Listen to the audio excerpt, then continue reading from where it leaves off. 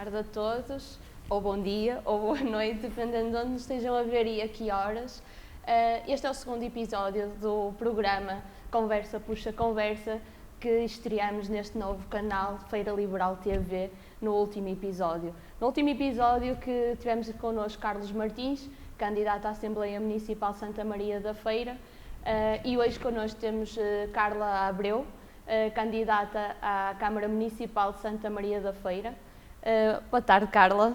Olá, Andreia. Bem-vinda ao meu espaço. Obrigada, é muito agradável. E eu espero que sim, espero que te sintas confortável, porque é uma conversa informal. Sim. Uma conversa informal. Eu estou super contente porque Carla e Carlos parece assim aqui uma dupla cheia de peso, pelo menos peso em ideias, em opiniões e em estratégias diferentes. Sim, somos homónimos. Homónimos, exatamente. E não sei se tu viste o episódio anterior, porque no episódio anterior, viste, pronto, porque no episódio anterior eu não sabia, o Carlos não sabia. Ganhou o dia nesse dia, ele, porque ficou a saber que Carlos significa homem do povo ou homem livre. Isto, por extensão, Carla significa precisamente o mesmo, mulher do povo, mulher livre. Portanto, tu, como uma mulher do povo, advogada de profissão e advogada de formação, como é que entraste nesta área política? Quem é a Carla? De onde surgiu? Sempre foi uma vontade tua? Como é que isto tudo aconteceu? Olha, Andreia, a minha vida, a minha carreira e o meu trabalho, como tu já disseste, é a advocacia. É uma profissão liberal, da qual gosto muito, desde muito pequena, que sabia exatamente aquilo que queria fazer. Às vezes vejo meus filhos a debaterem-se com as suas possibilidades de carreiras futuras e até mesmo opções em termos de escolha de licenciatura ou de estudos, e eu, na verdade, nunca senti isso. Porque sempre gostei de defender apaixonadamente uma causa, neste caso, um processo, um cliente, e sabia que o direito e a parte da advocacia, em particular, era aquilo que eu queria fazer um dia. Nunca me arrependi, nunca deixei de, na verdade, sentir grande prazer no que faço. Gosto muito das regras. E também sou uma pessoa um pouco rebelde, mas gosto das regras para me disciplinar. Gosto de pensar porque é que o mundo é desta forma, ou porque é que o mundo se poderia melhorar, podíamos fazer uma coisa diferente. E foi por isso, por pensar o mundo, que também tem a ver com a filosofia, que é outra paixão que tenho, grande, que comecei a sentir bastante desapontamento e tristeza com a forma como o nosso país estava a evoluir ao longo dos anos. Não só estávamos mais longe a caminhar para um afastamento dos ideais democráticos, como também via que os meus concidadãos, o nosso povo, estava cada vez mais afastado dos políticos e da política, e afastado pela negativa, porque não se reviam neles, porque achavam que os políticos só se serviam a si próprios e porque achavam que o país já não tinha cura, já não tinha emenda, que aquilo nunca ia dar. Foi esse estado, foi essa dor que eu sentia, e também foi por pensar nos meus filhos. Eu tenho 2 filhos, já adolescentes, aliás uma até já fez 18 anos, já é adulta. Foi por pensar no futuro deles também e no nosso presente que comecei a sentir aquela necessidade de fazer mais alguma coisa do que apenas uma crítica. Entretanto, surgiu no panorama político português a iniciativa liberal. As ideias liberais já há muito tempo que me seduziam, porque sabemos que há modelos em que elas funcionam no norte da Europa. Países que, do ponto de vista da prosperidade, são um exemplo, do ponto de vista dos direitos, liberdades e garantias, são um exemplo, em que o indivíduo, de facto, é respeitado pelo Estado e o Estado existe para servir o indivíduo. Esse tipo de ideias ficou cristalizado num partido, que é a Iniciativa Liberal, e foi em plena pandemia que, primeiro através do movimento cívico e depois pela participação e integração na Iniciativa Liberal, enquanto partido político, que eu comecei a sair do meu armário da vida privada e da minha vida profissional para a política. Como é que eu te hei de explicar? Sou caloira, mas é um desafio, porque acho que devemos dar o exemplo, todos nós que trabalhamos, que temos a nossa vida, a nossa família, as nossas responsabilidades, devemos dar o exemplo de como se deve fazer política no nosso país. Pensar não tanto nos interesses, mas nos valores, porque os valores são comuns a todos. O que todos queremos, não é? É poder ver o país a crescer, a dívida pública a diminuir, ou até a desaparecer. Isso é tipo um sonho, não é? Uma coisa que noutros países acontecem, mas nunca no nosso. Cada vez devemos mais dinheiro. Mais dívidas. É. Pronto, e na verdade é isso. E foi esse desafio que eu aceitei quando depois, entretanto, me pediram para também assumir uma responsabilidade política agora na campanha autárquica 2021 em Santa Maria da Feira. E foi esse teu lado rebelde que te fez sair da casca, não é? Foi, porque... E saltar da cadeira. Foi, porque e vir para esta vida, uma nova vida, não é? Uma nova realidade, mais assim, não é? Porque nós que sabemos criticar, ou saberíamos criticar, sem conhecer a realidade, mas mais importante que criticar é construir, não é? Uma política mais construtiva do que só o criticar, é precisar de soluções. Foi, na verdade, isso que tu estás a dizer, porque enquanto nós criticamos, por muito que digamos que a crítica é positiva, mas é sempre uma forma passiva. Exato. A única forma de mudarmos as coisas é irmos à luta, é pegarmos na massa, fazermos o pão e dizermos isto pode ser feito de outra maneira. E as pessoas ficarem a pensar e dizem, mas também queremos isso, também queremos a mudança. Exatamente. E é isso que nós queremos inspirar os outros para que eles também pensem da mesma forma ou até de formas diferentes. Quanto maior a diferença, mais riqueza podemos trazer ao futuro do nosso país. Exatamente. Pegando naquela parte que estavas a dizer, gostas de... É uma das tuas outras paixões, a filosofia, a leitura. Adoro filosofia. Literatura. Parece uma maluquinha. Em geral, não é? E eu peguei numa publicação que tu fizeste nas redes sociais, que é uma citação do John Locke. Sim. Que diz: sempre considerei as ações dos homens como as melhores intérpretes dos seus pensamentos. Nós temos péssimos pensadores ou ótimos pensadores como sendo alternativa? Eu penso que até a base teórica, o pensamento em Portugal está bastante pobre. Isto porque funciona tudo numa base consumista. Acontece qualquer desgraça e há sempre uma data de filósofos a pensarem aquilo. Ora, a filosofia tem que ter um tempo de atingir uma profundidade. A filosofia é como a história. A história imediata não é assim tão importante como a história vista em perspectiva. E nós, quando analisamos o pensamento político português, vemos que quase não há pensamento. Eu até vou dizer uma coisa um pouco mais... há um duplo pensar, porque assistimos aos políticos a dizerem uma coisa e a fazerem outra. Literalmente.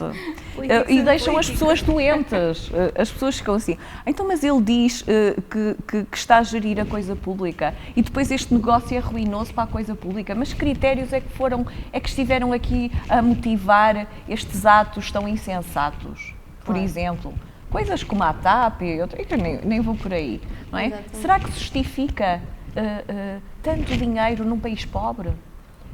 Quantos de nós é que já andaram na TAP? E quantos de nós é que já andaram, por exemplo, passo aqui a publicidade, na Ryanair, que é mais barato e mais acessível, eu falo por mim. Claro. Essas coisas todas têm que ser pensadas em termos de gestão da coisa pública, daquilo que é de todos nós e da forma como os nossos dinheiros, aquilo que vem dos nossos impostos e que nós entregamos com uma missão, com um objetivo aos políticos, que é pegarem nesse nosso dinheiro, e que nunca deixa de ser nosso, e aplicarem ao serviço do bem geral, de toda uma população. De forma a que haja, de facto, aquilo que todos nós gostaríamos, que era a igualdade de oportunidades para todos. Porque não nascemos todos iguais, porque não temos todas as mesmas capacidades. Somos muito diferentes. Uns têm mais jeito para umas coisas, outros são saudáveis, outros são doentes. E essas diferenças, que são boas, são enriquecedoras para a nossa sociedade e para o mundo em geral, geram desigualdades. Isso é normal. A desigualdade faz parte da evolução natural. Agora, uma igualdade amorfa, uma igualdade imposta, baixa, não é isso que queremos. Claro. E é isso que o liberalismo diz. Não, nós somos todos diferentes. Vamos valorizar a diferença, vamos crescer de acordo com as capacidades de cada um, mas vamos dar igual oportunidade a todos. E depois cada um põe os seus talentos a desenvolver. E quando não pode, por alguma razão que seja legítima, ou por alguma missão que esteja imbuído, então aí a parte política, o Estado deve intervir e deve auxiliar aquele indivíduo. Isso é tão importante como, por exemplo, olharmos para a forma como nós gostamos de ver um país, por exemplo, na área, ver os nossos estudantes, os nossos jovens, ou ver os nossos séniores, pessoas que naturalmente ou são mais frágeis pela idade, porque ainda não atingiram, neste caso, os 18 anos, porque ainda são dependentes dos pais, ou porque já estão no fim da sua vida e têm essas debilidades naturais de um final de vida. Portanto, tudo isso tem que ser, e aí é o papel do Estado. E os nossos impostos, de facto, devem servir para essas situações e não para ostentação, para uma máquina pesada burocrática. Exatamente. O liberalismo é isto e muito mais. Falaste na igualdade de oportunidades, esse foi precisamente o tema que debatemos no último episódio com o Carlos. Sim, achei e é uma das bandeiras do vosso programa. E neste episódio quero debater contigo sobre transporte e mobilidade, porque sendo Santa Maria da Feira um município que pertence à área metropolitana do Porto, e isto toca-me um bocadinho porque eu sou de Santa Maria da Feira, estudei no Porto e é um filme para conseguir chegar ao Porto, na verdade, para conseguir chegar às faculdades públicas, para conseguir estudar nos nossos melhores ensinos públicos, que felizmente temos aqui no Norte, muito boas faculdades. Sim. Santa Maria da Feira, apesar de pertencer a esta área metropolitana, está longe de tudo. Como é que é possível? Está longe de tudo. Eu tenho muitas pessoas conhecidas que acabam por estudar no privado, em Santa Maria da Feira, porque é a única faculdade que temos no município, é privada, porque não compensa ir para o Porto. Em viagens, tempo gasto, dinheiro no quarto, na comida, não compensa. E como é que não compensa ir para uma das melhores faculdades que temos no Norte se pertencemos a uma área metropolitana do Porto? Como é que estamos tão longe, não é? Quando fisicamente estamos tão perto. Tão perto. É verdade, Andreia. Infelizmente, a nossa autarquia, o nosso município de Santa Maria da Feira, que pertence, como tu disseste e muito bem, à área metropolitana do Porto, e em termos geográficos está muito perto desse grande centro, não é? Dessa cidade e dessa área toda. Em termos da mobilidade, da facilidade de acesso, está extremamente atrasado. Quando eu digo atrasado, eu recuo ao século passado e se calhar até ao outro, ao século ainda anterior ao século XX. Porquê? Porque, se por um lado é verdade que somos servidos pela A1 e temos a A29, sim, mas temos ótimos acessos nesse sentido. Os acessos estão feitos. A questão é, esses acessos permitem que as viaturas, os carros, os caminhões possam de facto circular. Dentro do concelho, e agora vamos começar pelo parque automóvel, já não é tão fácil circular, porque não há um grande desfazamento entre aquilo que é uma autoestrada com três faixas ou com 2 faixas, uma via rápida, e aquilo que depois temos no nosso concelho. As nossas estradas não são seguras, a sinistralidade é elevada por alguma razão. Em certos centros, e nós, por exemplo, ali no centro de Santa Maria da Feira, naquela zona do Picoto, e eu podia dizer muitas mais, estamos sempre em hora de ponta. Certo. A Nacional 1 é um desastre. Portanto, a forma de circulação rodoviária no nosso concelho é absolutamente deficitária. E eu nunca vi a minha autarquia preocupada com isso. Pelo contrário, aquilo que vemos, e todos assistimos, de 4 em 4 anos vamos arranjar uma outra estrada, tapar um ou outro buraco e ficamos por aqui. Situações ainda dentro da parte rodoviária que me preocupam bastante, como seja o túnel dos passionistas, como seja a saída da autoestrada da A1 ou a entrada, exatamente, aquelas rotundas, aquela parte também que ainda há pouco falei, da zona do Picoto, daqueles semáforos, é outro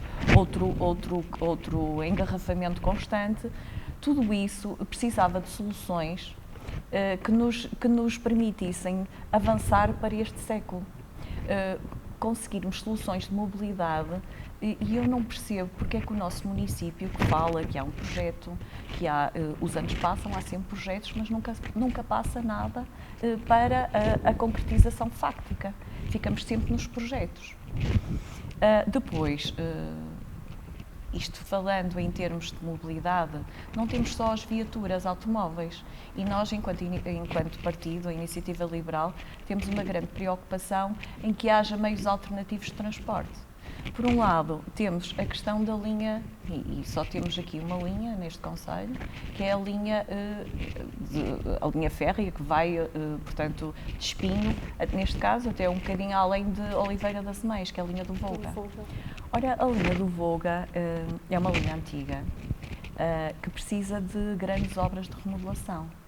E seria ideal para o nosso concelho para fazer a ligação a Gaia, através da via, portanto, a ligação à linha do Norte, em Espinho, e daí todos os nossos estudantes poderem, de forma confortável, com o seu computador e ainda a fazerem os seus trabalhos, dirigirem-se para as faculdades, como tu disseste e começaste por falar nisso, sim, tanto para Aveiro como para o Porto. Ou até pessoas que precisem por razões profissionais, ou até para se dirigirem para o trabalho. O que se passa é que isso não é possível. Alguém que do nosso concelho queira ir e queira chegar a horas, tem que pegar no carro, portanto, vamos ir até Ovar ou até Espinho, deixar lá o carro e apanhar o comboio e ir para o Porto ou ir para Aveiro. Esta falta de alternativas e a falta de uma ferrovia, uma linha ferroviária que pertença a este século, não existe. E digo-te uma coisa, Andreia, já houve pelo menos 2 estudos que garantem que em termos económicos seria rentável. Porque o utilizador-pagador, no caso de haver uma linha moderna, que não seja como a atual, porque as poucas ligações, as poucas vezes que a automotora percorre aquele trajeto, ainda há pouco tempo estivemos lá, o que é que acontece? Vai muito devagarinho, porque não há segurança na linha. Às vezes tem que chegar a uma velocidade que nem um comboio a vapor atingia, por razões de segurança, porque aquela linha não tem qualquer tipo de conservação, não foi adaptada, não foi modernizada. Outra coisa que me preocupa bastante é, por exemplo, os apiadeiros e as estações. Alguns são tão bonitos, têm azulejos, têm uma traça verdadeiramente espetacular. Poderiam estar entregues e concessionados a particulares e não vemos isso. O que vemos é que estão totalmente vandalizados, os comboios não têm, de facto, um merecimento e uma velocidade que permitam uma utilização. Depois disso, aquilo que eu também gostava de ver no meu concelho era uma aposta massiva, por exemplo, noutros meios de circulação.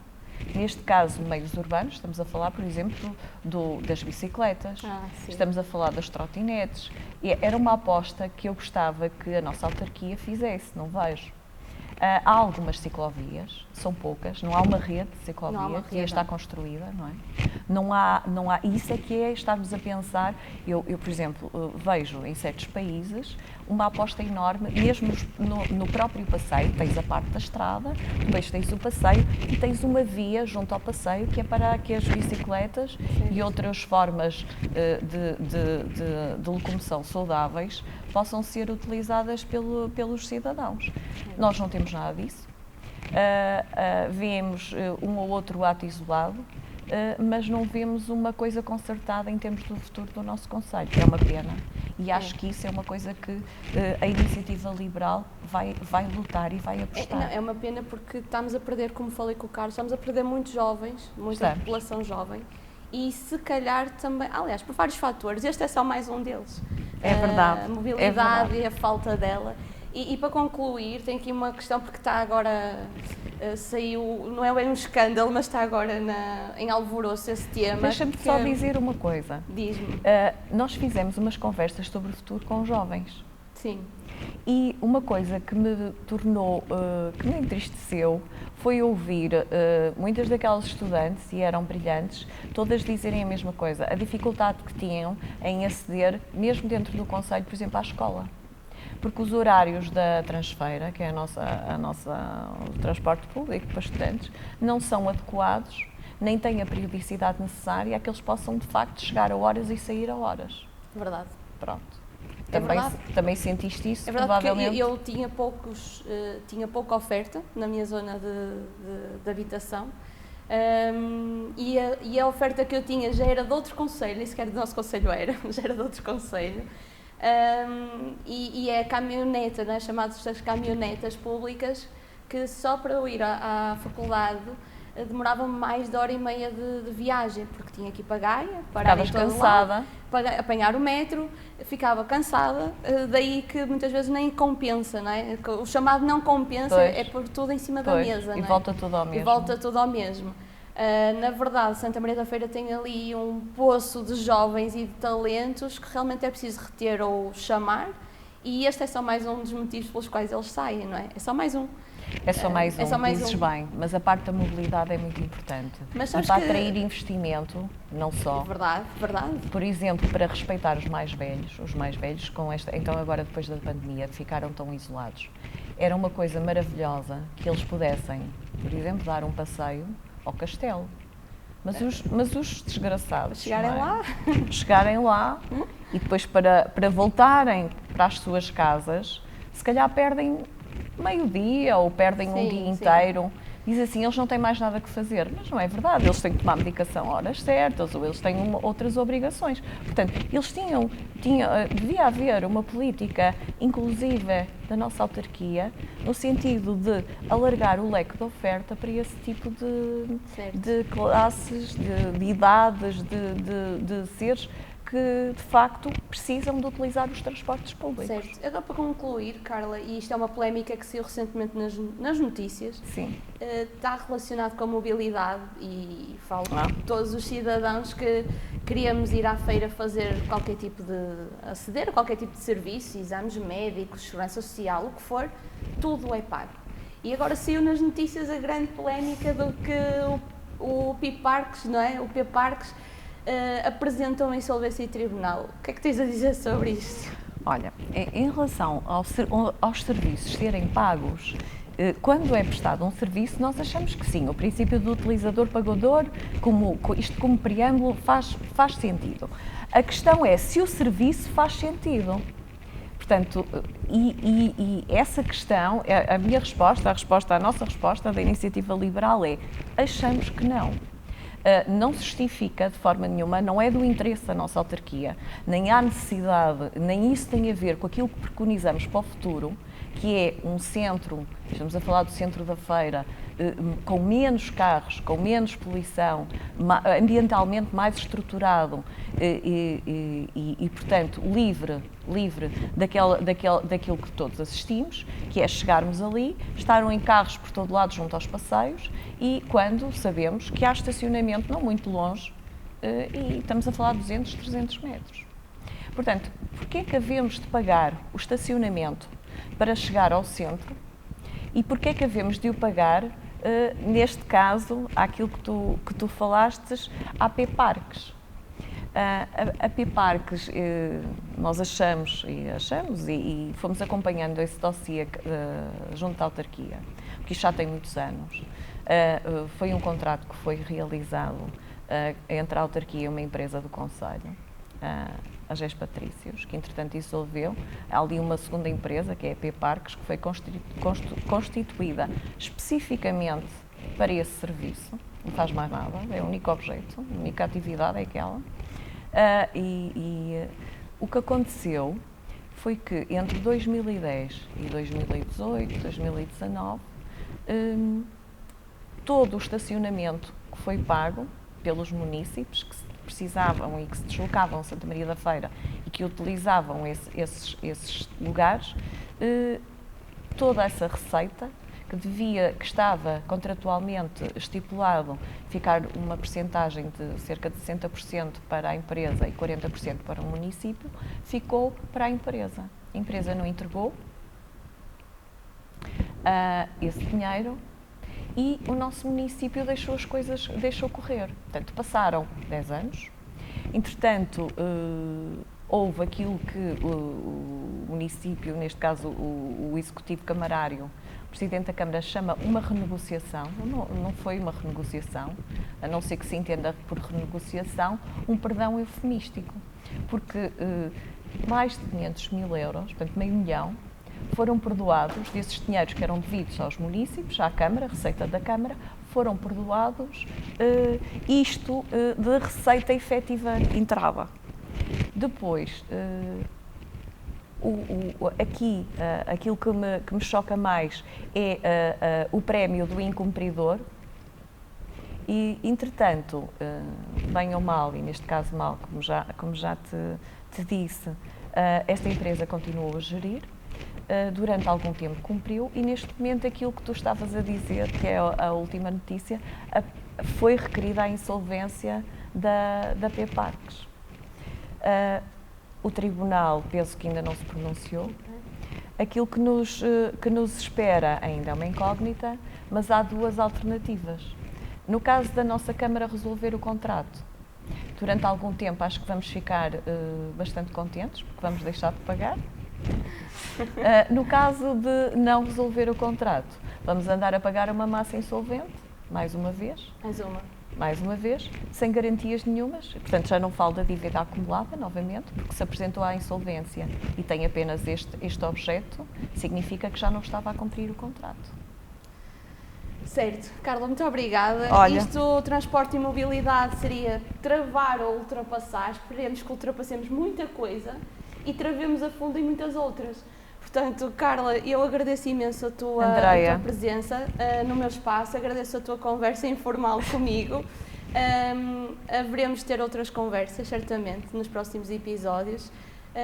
Por isso, mais uma vez, obrigada. Eu é que agradeço, Andreia. Obrigada. Beijinhos. Obrigada a todos os telespectadores. Assim despeço. Boa tarde a todos.